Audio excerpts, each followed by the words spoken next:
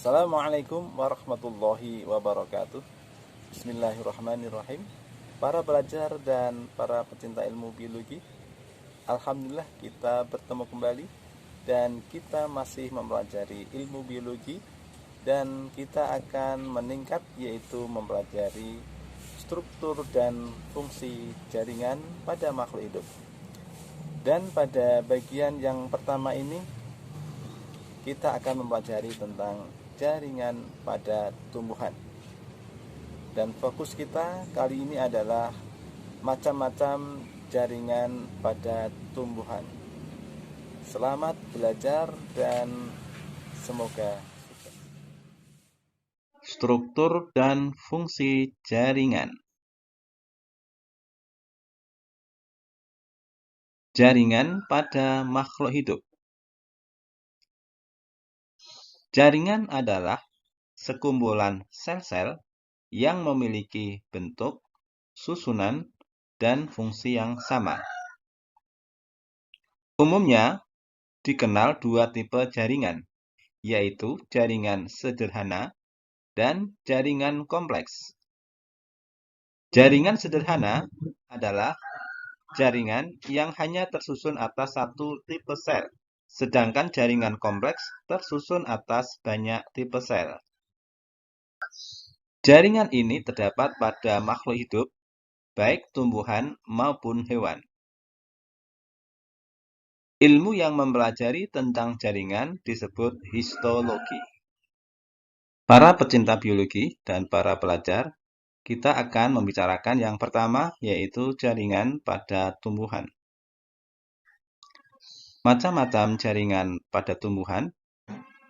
Yang pertama, jaringan meristem.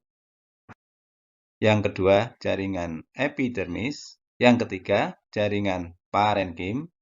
Yang keempat, jaringan kolenkim. Yang kelima, jaringan sklerenkim. Yang keenam, jaringan pengangkut. Berdasarkan keadaan sel penyusunnya, jaringan pada tumbuhan dibagi menjadi dua, yaitu jaringan meristem dan jaringan permanen. Ada beberapa perbedaan utama antara jaringan meristem dan jaringan permanen, yaitu jaringan meristem tersusun atas sel-sel muda yang hidup belum berdiferensiasi, senantiasa membelah diri dan keadaannya selalu basah. Sedangkan jaringan permanen yaitu tersusun atas sel-sel yang sudah berdiferensiasi, sudah tidak membelah diri, dan bahkan sel-selnya sebagian sudah mati. Yang termasuk ke dalam jaringan permanen adalah jaringan epidermis, kemudian parenkim, kolenkim, sklerenkim, dan jaringan pengangkut. Selanjutnya, kita akan membahas satu persatu macam-macam dari jaringan yang menyusun pada tumbuhan. Dan yang pertama adalah jaringan meristem. Jaringan meristem adalah jaringan yang tersusun atas sel-sel yang senantiasa aktif membelah. Pembelahan sel terjadi secara mitosis. Dalam pembelahan mitosis ini, satu sel akan membelah menjadi dua sel anakan yang sama persis dengan sel induknya. Berdasarkan letaknya, jaringan meristem dibedakan menjadi tiga. Yang pertama yaitu meristem apikal, yang kedua meristem lateral, dan yang ketiga meristem interkalar. Meristem apikal. Meristem apikal terletak di ujung akar dan di ujung batang. Pembelahan meristem apikal ini menyebabkan pemanjangan pada akar dan pada batang. Pertumbuhan dari meristem apikal ini disebut pertumbuhan primer, dan jaringan yang dihasilkannya pun disebut sebagai jaringan primer. Jaringan primer bersifat keras dan berkayu karena sel-selnya kompak dan mengandung lignin, sehingga dinding sel menjadi kuat, kedap air, dan tahan terhadap zat kimia. Yang kedua, meristem lateral. Meristem lateral atau meristem samping terletak sejajar dengan kambium pembuluh dan kambium gabus. Efek pembelahan meristem lateral adalah menyebabkan pembesaran pada akar dan pada batang.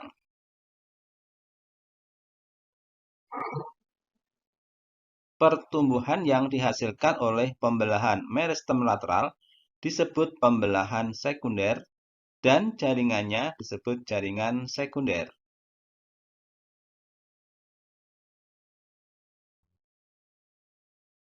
Yang ketiga, meristem interkalar.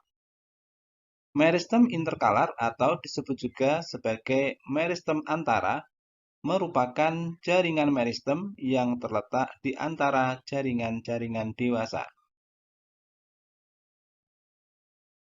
Misalnya pada ruas-ruas batang tanaman monokotil, seperti tebu, bambu, dan juga rumput-rumputan.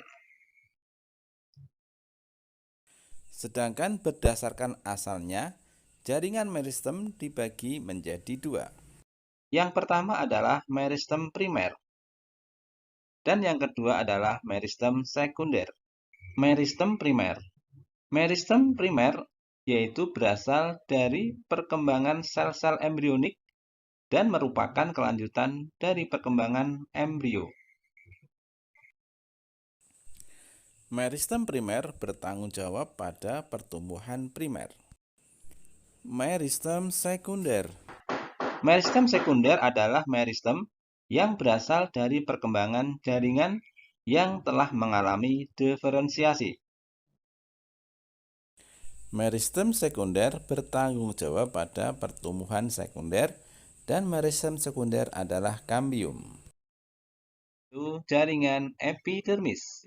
Ciri-ciri jaringan epidermis diantaranya adalah jaringan epidermis terletak pada lapisan paling luar, pada akar, batang, daun, bunga, buah, dan biji. Yang kedua, merupakan jaringan yang terdiri dari satu lapisan sel dan susunannya sangat rapat. 3. Pada jaringan epidermis, terdapat lapisan lilin atau kutikula yang berfungsi mencegah hilangnya air dan juga berfungsi sebagai pelindung terhadap bakteri dan mikroba. Kemudian yang keempat, jaringan epidermis tidak terdapat klorofil. Fungsi jaringan epidermis. Secara umum, jaringan epidermis berfungsi sebagai pelindung untuk semua bagian tumbuhan.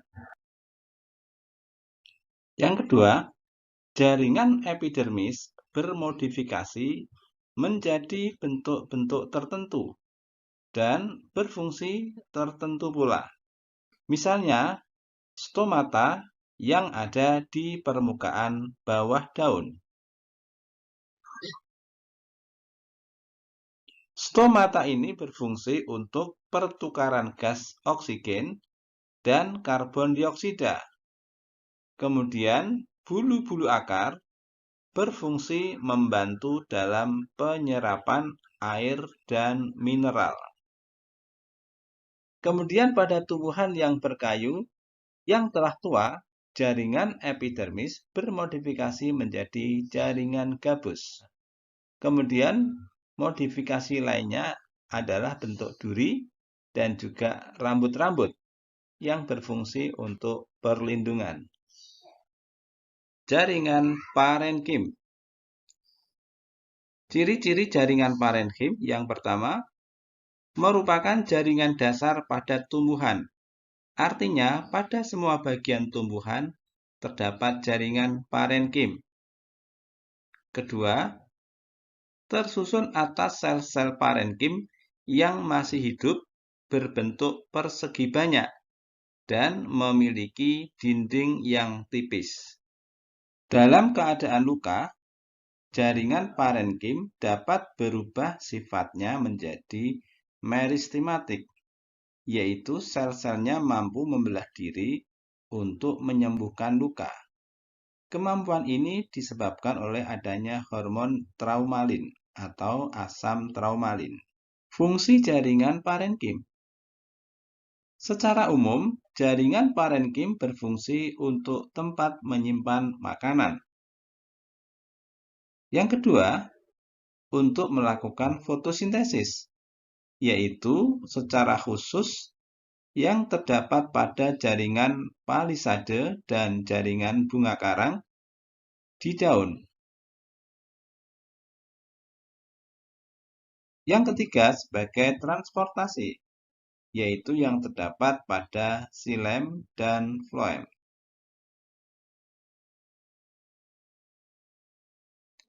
Yang keempat, mengganti, menyusun, dan memperbaiki jaringan-jaringan yang rusak. Yang kelima, membentuk generasi baru bagi akar, batang, dan bagian lain tumbuhan. Karena jaringan parenkim dapat berubah bersifat meristematik atau dapat membelah diri. Jaringan yang keempat adalah jaringan kolenkim. Ciri-ciri jaringan kolenkim diantaranya adalah yang pertama, jaringan kolenkim tersusun atas sel-sel yang memiliki protoplasma. Yang kedua, sel-sel kolenkim tidak memiliki dinding sekunder.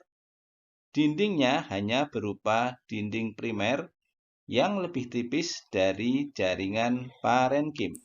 Fungsi jaringan kolenkim adalah: yang pertama, jaringan kolenkim menyokong pada batang dan daun yang masih muda. Pada tumbuhan yang telah tua, dinding sel kolenkim akan mengeras atau berlignin dan berubah menjadi sel sklerenkim. 5. Jaringan sklerenkim. Ciri-ciri jaringan sklerenkim. Yang pertama, jaringan sklerenkim merupakan jaringan dasar yang terdiri atas sel-sel dinding sekunder yang tebal. Dinding sekunder tersebut dapat tersusun atas lignin sehingga lebih kuat dan lebih keras dibandingkan kolenkim. Yang kedua, komponen utama sel jaringan sklerenkim berupa dinding sel, selnya sudah mati. Kemudian, sel-sel sklerenkim itu ada dua macam, yaitu berupa serat sklerenkim dan sklerate. Serat sklerenkim berukuran panjang, ramping, dan ujungnya runcing. Sklerenkim berdinding tipis, sehingga bersifat elastis. Sifat elastis ini memungkinkan tumbuhan untuk reorientasi atau kembali ke posisi semula ketika tertiup angin. Sklerate berupa sel-sel yang berukuran lebih pendek dibandingkan sklerenkim. Bentuk dari sklerate bervariasi. Misalnya, sklerate ada yang berbentuk bintang, terdapat pada daun yang bersifat tajam, berfungsi memperkuat jaringan dan melindungi tumbuhan dari hewan herbivor. Sklerate ada yang berbentuk segi lima, terdapat pada tempurung kelapa, berfungsi melindungi embrio buah kelapa jika jatuh ke tanah ataupun terapung di air. Sklerate antara lain terdapat pada daun, batang, buah, dan biji. Misalnya pada buah pir dan pada batok kelapa. Jaringan yang keenam adalah jaringan pengangkut. Jaringan pengangkut merupakan jaringan yang bertanggung jawab pada transportasi air dan garam mineral di dalam tubuh tumbuhan. Ada dua macam, yaitu xilem dan floem. Xilem berfungsi mengangkut air dan mineral dari akar ke daun. Xilem terdiri dari tracheit, elemen pembuluh, sel-sel parenkim xilem, dan serat-serat xilem. Tracheit merupakan sel tunggal panjang dan runcing. Air dapat melewati tracheit karena adanya lubang-lubang atau pit yang ada di dinding sel. Elemen pembuluh merupakan sederet sel-sel silinder tersusun memanjang membentuk struktur tabung. Floem berfungsi mengangkut zat-zat makanan atau hasil fotosintesis dari daun ke semua bagian tubuh tumbuhan.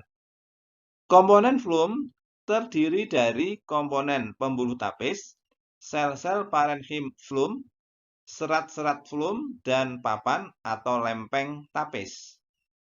Demikian pembelajaran kali ini dan sampai bertemu pada kesempatan yang akan datang. Selamat belajar.